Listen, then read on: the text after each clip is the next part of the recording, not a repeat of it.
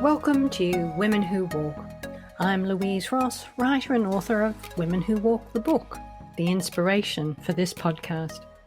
And just as I did for the book, here I'll be interviewing and unpacking the journeys of impressive, intrepid women who've made multiple international moves for work, for adventure, for love, for freedom, reminding us that women can do extraordinary things.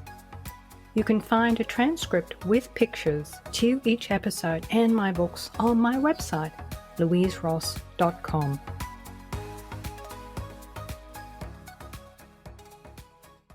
Hello listeners, welcome to episode 15 of Women Who Walk. My guest today is Mariska Beekenkamp.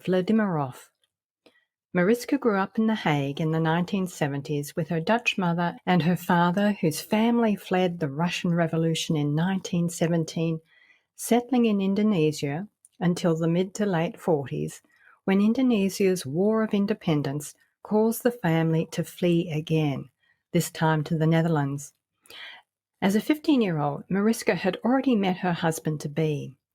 The young couple found they easily travelled together, first within the Netherlands and then through Europe. In the late 80s, Mariska studied social psychology in Amsterdam, and once married, her husband accepted a job opportunity in London. The couple made their first country move.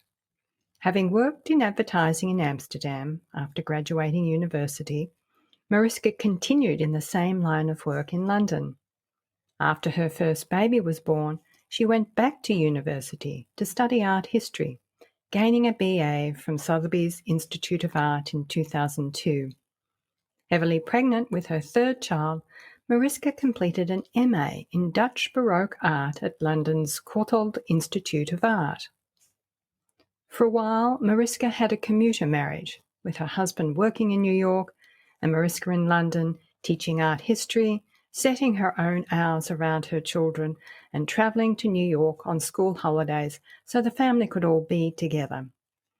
As her teaching developed, her students' enthusiasm for her lectures encouraged her to grow her reach, and in 2013 she set up her business, Art Historical London, offering art lectures, courses, tours, travel and events from London. Over the years, she expanded to events in New York and Amsterdam, and in March 2020 her programming went online, which is how I learned about Mariska as I discovered her lecture series during the COVID lockdowns. Given our inability to travel to visit museums and art exhibitions, I found the online presentations to be enormously satisfying. Some of my favourites were the virtual museum tours, in particular the Louvre in Abu Dhabi in the United Arab Emirates, and a series titled London Hidden Gems, incorporating little-known art collections and museums in London.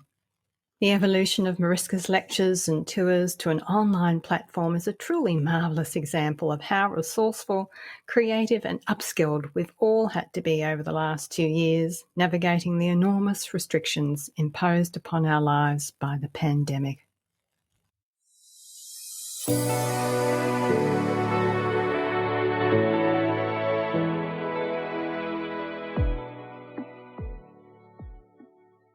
Hello, Mariska. Welcome to Women Who Walk. And this is actually the first time we've seen each other face to face. It's still online, but it is the first time, isn't it?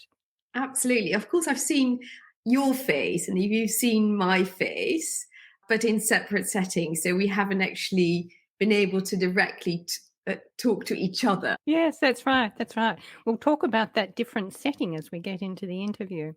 Now, you're living in the Netherlands at the moment, but usually you're based in London. And I know there's a bit of a COVID story there. Can you share something of what's happened? I am originally from Holland. I'm Dutch, but we moved to London 25 years ago. And then my husband had been working between London and New York for a while. And then we decided to all live in New York for a little bit. And we'd only settled there for about a year and a half, and the pandemic struck. We realized when you're in London, you're not around the corner from your parents, but in New York, it's even worse. So we felt we needed to go back to our parents who are a bit older, especially my husband's parents. And so we took a flight out to Amsterdam, and as it happened, just in time. And so we came to Amsterdam, and then everything kind of started to be much longer than anyone expected it to be, right? We all thought, well, maybe a couple of months. And here we are. But also, it's been really nice to be close to the parents. So, yeah, Yeah. I'm staying put for just a bit longer. I understand. That is one of the issues for families at a distance from parents or grandparents, that during the pandemic people have been stuck and not able to get home. But it sounds like you managed to get home. Just in time. And we were lucky. So my husband's parents, one of the issues was they actually needed to move out of their home into a retirement home. And by sheer luck, we even managed to do that in between lockdowns. So I actually feel we've been super lucky to be this close and get it all done and settle everyone in. And yeah, so it's been a quite a good time for us actually in that sense. But yeah, impossible for international families at the moment. Absolutely impossible. Yeah, really, really challenging. Well, it was a somewhat positive experience for you and your family then, which is good news. Yeah. Yes. Now, in some of the notes you sent me, you said Netherlands is a bit like a warm blanket, but your preference is London. Now, why is that?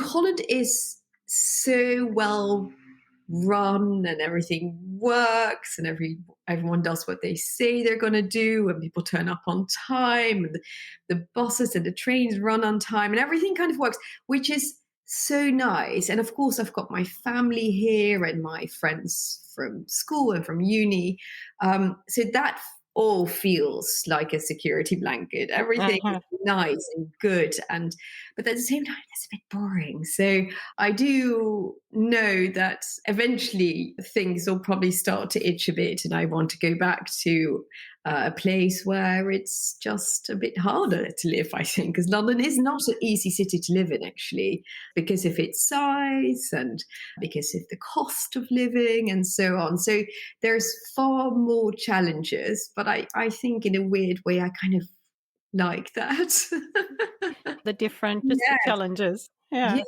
I It, do. it keeps you alive, doesn't it? I still get myself into situations where I do challenge myself. So I think I need to kind of admit to just secretly liking it. Well, you've just admitted to everybody listening. Yes. Now, I mentioned in the introduction a little about your the paternal side of your family, which is rather fascinating. Your father's family are Russian by way of Indonesia and then Holland, which is a really unusual migratory path. It is. Is it a story that your father talked about when you were young, or is it something he preferred not to talk about? They talked about it all the time. And in fact, they talked about it so much that we all started to feel very special, as if this was this exciting story of our family. And I think for a long time, I felt very Russian because it had such an extraordinary story, much more exciting than my other classmates in Holland. Until I traveled to Russia and I realized I'm not Russian at all, I'm very Dutch. But it was that exciting family thing that we got together and we shared this heritage. You say exciting. Was it because it seemed exotic to you as a young child or a young person? Yeah, I think because it felt exotic, but also it felt like these were people who, despite so many things going terribly wrong for them, kept picking themselves up. Kicked out of Russia, they go to Indonesia, have to start again from scratch, had absolutely nothing, managed to build a plantation, do really well for themselves. And then, of course, the Japanese came and they were interned and so on, lost everything again, and then came to Holland. And so, this idea of this family managing to keep picking themselves up and adjust to different societies, different countries, different people, educate their children all the while. I just thought it was a really inspiring story, and I really felt proud to be part of that. And I wonder, does it give you a sense of understanding and compassion for refugees today? My father always referred to himself as a refugee You and did. immigrant. He always said he didn't feel 100% Dutch. So, yeah, absolutely. I like to think my family brought good things to wherever they settled. And I really think this is what refugees can bring, actually. They can bring so much good. And in fact, I studied art history at Courtauld and I did Dutch 17th century art. And that was a century in which Holland let all these people in, all these refugees from all over, mainly Europe. But that's why it peaked. That's why Holland did so well in the 17th century. So I'm a firm believer in the goods that people bring when they come into your country. I agree. Because of course, Australia is a melting pot of people from all over the world, which makes Mm, it so interesting and rich. And that's the point you're making, I think. absolutely. Absolutely. Yeah. And now I have a little sweet something that I want to address. You met your husband as a teenager, and my Dutch guest from episode 2, Anouk Cleven, also met her husband at that age. And I'm a bit of a romantic. And so meeting your beloved at such a young age, forging a life together and growing a family and moving countries seems to me to be a bit like a fairy tale. Now, don't burst my bubble, but maybe you can do a little bit of a reality check for me. Well, to be honest, this marriage has only worked because we had lots in common, but we also did a lot of things on our own. My husband living in New York at times and me living in London. And so us being separate. And again, now we're separated. My husband is in London, I'm in Amsterdam. Separation is hard, but I think it's also been very good at each forging our own lives and careers and friends and so on. Yeah, it's lovely, but it's hard as well. I can't burst your bubble because it's been a good ride, actually. Wonderful. That's actually a lovely story. But it sounds as though perhaps because you've known each other for so long, since you were teenagers, you've been able to establish a relationship where you're kind of operating in parallel. Yeah. You're not always together, but you're very much elbow to elbow as you Mm. grow your life together. Does that sound accurate? Yeah, I think the other thing is that's just sheer luck. If I look back at our lives together, it also almost feels like I've had relationships with different men because the both of us went through different stages in our lives. So the kind of relationship we had at 15 was completely different to 25 to 35 to 45. And I think we're just lucky enough that it all always seemed this new life each of us had still seemed to work together.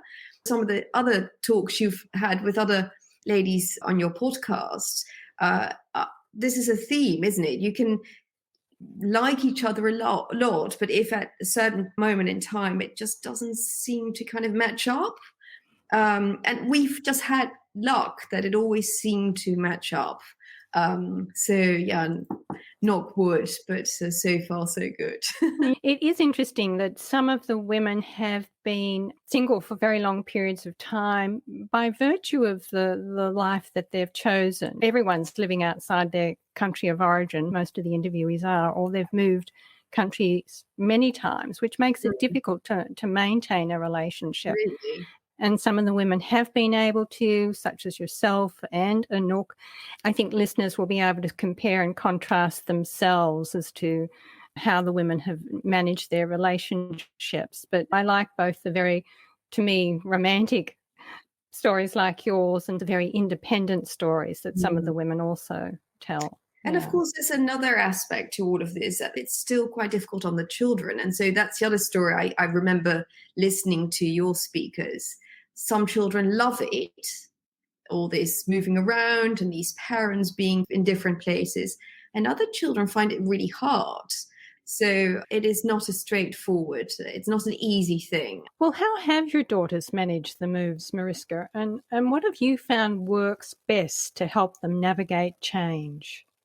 In fact, I've got 2 daughters and a son, so 3 children who were at different stages in their lives when my husband moved to New York for a little bit, and then when My husband and I moved to New York together. But the time when my husband moved to New York, all three children were still at home. And with hindsight, I think as you divide certain tasks between partners, some children felt they missed out on what my husband is good at or is fun at. And one of the things he's great in sports and he watches sports and he plays sports, and I'm absolutely hopeless. And as my son is quite sporty as well, I think that was something he really missed out on, this feeling of having another parent to share certain interests with. So even though at the time it didn't feel like a big deal, with hindsight, the children will say, oh, it was a shame we never got to do this, or we never had the chance to do that. And I do think that children don't always realize what they're missing until maybe they're a bit older, and then they feel they might have missed out on certain things. Do you think that there was a gender difference? You said two sons and a daughter? No, two daughters and a son. And I definitely think the poor son was stuck in a household full of women. He was also at an age where all the teachers at school are still women. And then I'm close to my sister, I'm close to my mother, and they would sometimes stay with me to give me moral support for being a single mother. So there are lots of women in his life and not that many men. I do think he felt he was raised by a single mom sometimes.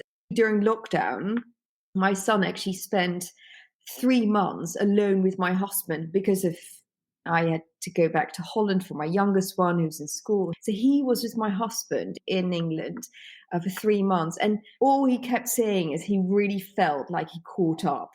And I think that's what made me realize that those years when my husband wasn't there, he might have missed out on certain things. I mean, they had proper manly cycle rides and watch sports all day and eat crappy food. And That's great that he got the feeling that he'd caught up with his father.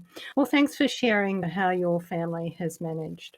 Now, you studied social psychology, but in fact, your real passion is art history. And so when did you first realise that the history of art was of great interest to you? And what was it about the subject that caused you to want to make a career out of it? I was one of those people who went to university at 18 not really knowing what I wanted to do. I always had a love for art. My parents dragged me all over Europe and always to museums, and I always loved it. But I didn't really know what I wanted to do at 18, and my whole family had gone into law and become doctors, kind of a standard thing, and they all went to the same university town in Holland, which is called Leiden. And I wanted to do something different. And so I decided I'd go to Amsterdam and do psychology. My father thought it was very weird, actually. So I remember telling this story to a friend of mine saying, oh, and I really wanted to be a rebel. And she said, well, what did you do? Did you do drugs? I said, no, I went to Amsterdam and did psychology. So anyway, I thought it was a good story. It became a really lame story of me not being adventurous at all. But anyway, that's kind of what initiated it, and I finished it. It was fine. But I think it just never went away, this passion for art and visiting museums. And so I had the luxury, of course, not everyone has that, but I had the luxury to take time out work and go back to university because we could rely on my husband's income. And I loved it so much. I loved it so much. And again, people asking, how did you do it? And you were pregnant with 3 children all along. But if you do something you really like, it didn't feel like a lot of work. I loved reading the books. Of course, you don't put the pressure on yourself at that age. I mean, who cares what grade you get for a paper, right? I enjoyed it. And then I finished, and I guess then I started doing what I do now. And there was never a big plan. It just kind of happened. In the introduction, I mentioned that your studies then evolved into Art Historical London, your business, and that you took your programming, your lecture series online. And I think it's such a great example of how we've all had to be resourceful and creative and upskilled during the last couple of years. In fact, in episode 11, I talk a bit about my own journey starting the podcast during the pandemic, including the challenges of getting my head around the technology. And just before we started this interview, we were talking a little about that. So maybe you can recap for the listeners, what has it been like for you? I have to credit my children here, to be honest, because we were in lockdown number one. I've got two older children who were at that point still at university and the little one at school. And so all three different schools, all three had to transfer to online. All three, of course, they're a young generation, moaning about how terrible the universities had done it, or all complaining. And here I was kind of going, oh, well, all my lectures have been cancelled. And then I realized if they're complaining, my students are probably complaining that, oh my gosh, Mariska is not doing anything. And so I thought I have to quickly do something. And I listened to my children because they all had different platforms. And I started. And then, of course, we were talking about this, all the questions came because I thought it was easy. People just press a link. And then people said, but it doesn't work. And I said, what doesn't work? You just press a link. And then all these other factors. I really was an IT help desk those first 2 months, just kind of talking people through it on the phone. You and I were talking about this, getting people on FaceTime to show me their screen and figuring out if it was just our broadband, nothing to do with the link or anything. So yeah, crazy time. But I sort of enjoyed the next phase in discovering what we could do because it's amazing. It really is. And of course, it's been a wonderful resource for people who have been isolated at home, including me. I mean, when I discovered it, I thought, oh my God, this is wonderful. Attend these lectures and do these tours. I can't say enough good things about what a wonderful resource it's been. And it's such a great thing knowing that you were listening in Portugal and we had listeners in Australia and in Sweden and in Norway. I think that made me realize this is not just something we temporarily do because we have no other way of doing it. I just came to realize there were so many exciting aspects to it. Connecting with all these people, connecting with listeners, but also being able to now get lecturers from all over the world or visit museums all over the world or zoom into details in a way that we could never if we're in a lecture theatre. I mean, the quality for our computer screens is so amazing. A perfect way to really view art. I slowly learned it was more than just temporarily get by. It was really a great alternative and kind of starting to enjoy it more and more as the months went by. It really is the next wave, I think, of being able to attend museums or exhibitions. And you're quite right. The amount of detail or the quality of the lectures is excellent. So, for instance, the tour of the Louvre in Abu Dhabi, I mean, that was exquisite. And it really was. Sometimes even when you're in a group, there's a little bit of background noise. You maybe have to shuffle to get to the front of the group to be able to hear. But it's almost as though you're having your own private guided tour when you do it online. Now, that's not to say that online is better than in person, but it certainly is one way and a really high quality way of viewing art and museums. Yeah. I agree. And who would have had the chance to go to Abu Dhabi? That was personally on my wish list. I've always wanted to go to that museum. Well, it's not around the corner, is it? So to be able to do it this way, I mean, it's a real bonus. Of course, we were lucky that that's a young museum. So the staff is very young. And so they instantly understood what I wanted because I tried pretty much every single museum, and the established ones had no idea what I wanted or how to do that. And it's been a real struggle to make them take that step with me. But the Louvre Abu Dhabi was absolutely fantastic. And the girl who did the tour was great. So that was a really good experience. You're probably making quite a name or building a reputation for yourself with some of the more significant museums as you help them get on board with this new technology or this new way of doing things. Well, a lot of museums, of course, were on furlough. They were getting government support, and museums are generally run by art historians and art experts who are not necessarily marketing people or technical people. And so I found quite a bit of reluctance, and they didn't really know how to do it. So it's been an interesting journey, and I still feel that a lot of museums are missing an opportunity here. I really think that even if there's no pandemic, there is still a market to do tours online for people who don't live around the corner, or people who can't sleep in the middle of the night, want to watch a recording of something. So there's so many options. And I think a lot of museums still have to look at these possibilities. I don't think they've fully explored it just yet. Yeah. And thank you for sharing that. That one of the things that came to my mind is that generally retired elder folks love to go to a museum who can't get around easily anymore. This is a wonderful resource for them. Yeah, I can't believe that museums are dragging their feet to get on board. I have this wonderful speaker in Venice, and she did a walking tour for us, and it was still a bit shaky because on her phone. I mean, she's doing it so professionally. It's absolutely amazing.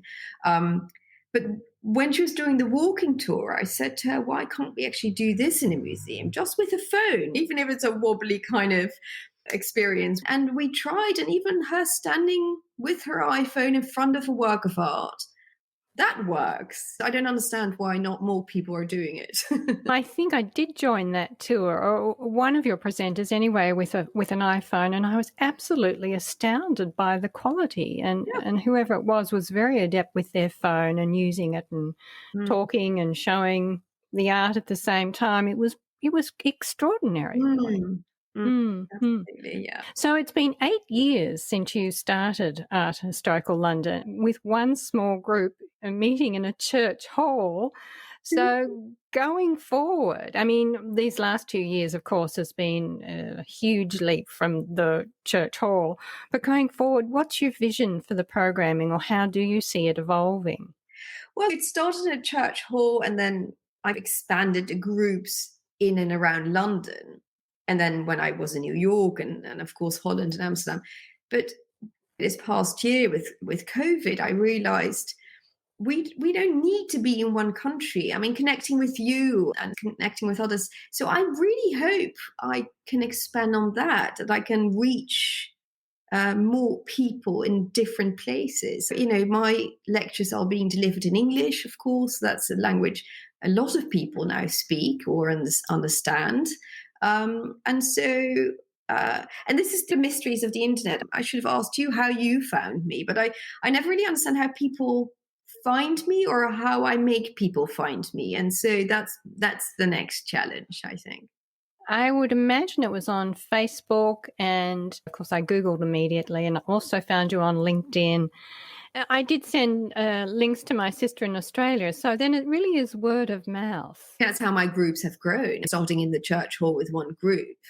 The fact that I've got 700 people in my database is all word of mouth. Yes. I really feel honored that people spread the word like that. It's a really wonderful thing. We imagine that various social platforms are the way to go, but I think it's the same with my podcast. It really is word of mouth, that it just slowly builds as a result of one person telling another. It's the domino effect.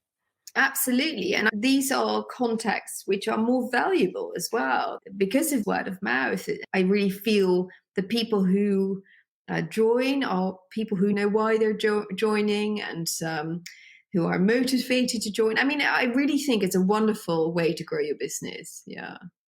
And after more than a year of traveling the world online with your business, do you see or envision another move ahead of you? Well, I really do miss London. At the same time, I realize what's so wonderful in Holland is that whenever you do get bored of this tiny country, you step into your car and you start driving, and you've got Europe at your doorstep. I can be in Paris in a couple of hours. That feels very special. But ideally, and I really think this is what I learned because of COVID, Ideally, I just live wherever and I maintain an online kind of connection to everything and everyone.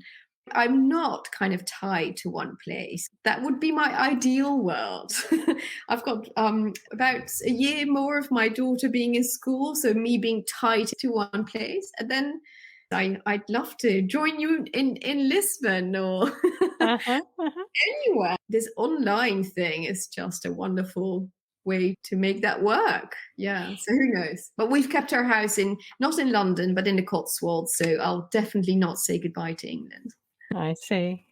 Well, I think that you have said something that really resonates for me, which is that once you've created a work life for yourself or a creative life for yourself online, you can take it anywhere. You're no longer fixed to one address. I agree. I mean, absolutely, but also very exciting. Oh, I remember very early on into, I think it was lockdown 2 or 3, people started to catch on to the possibility. Was it the Bahamas or one of those islands started advertising, come to us, sit it out.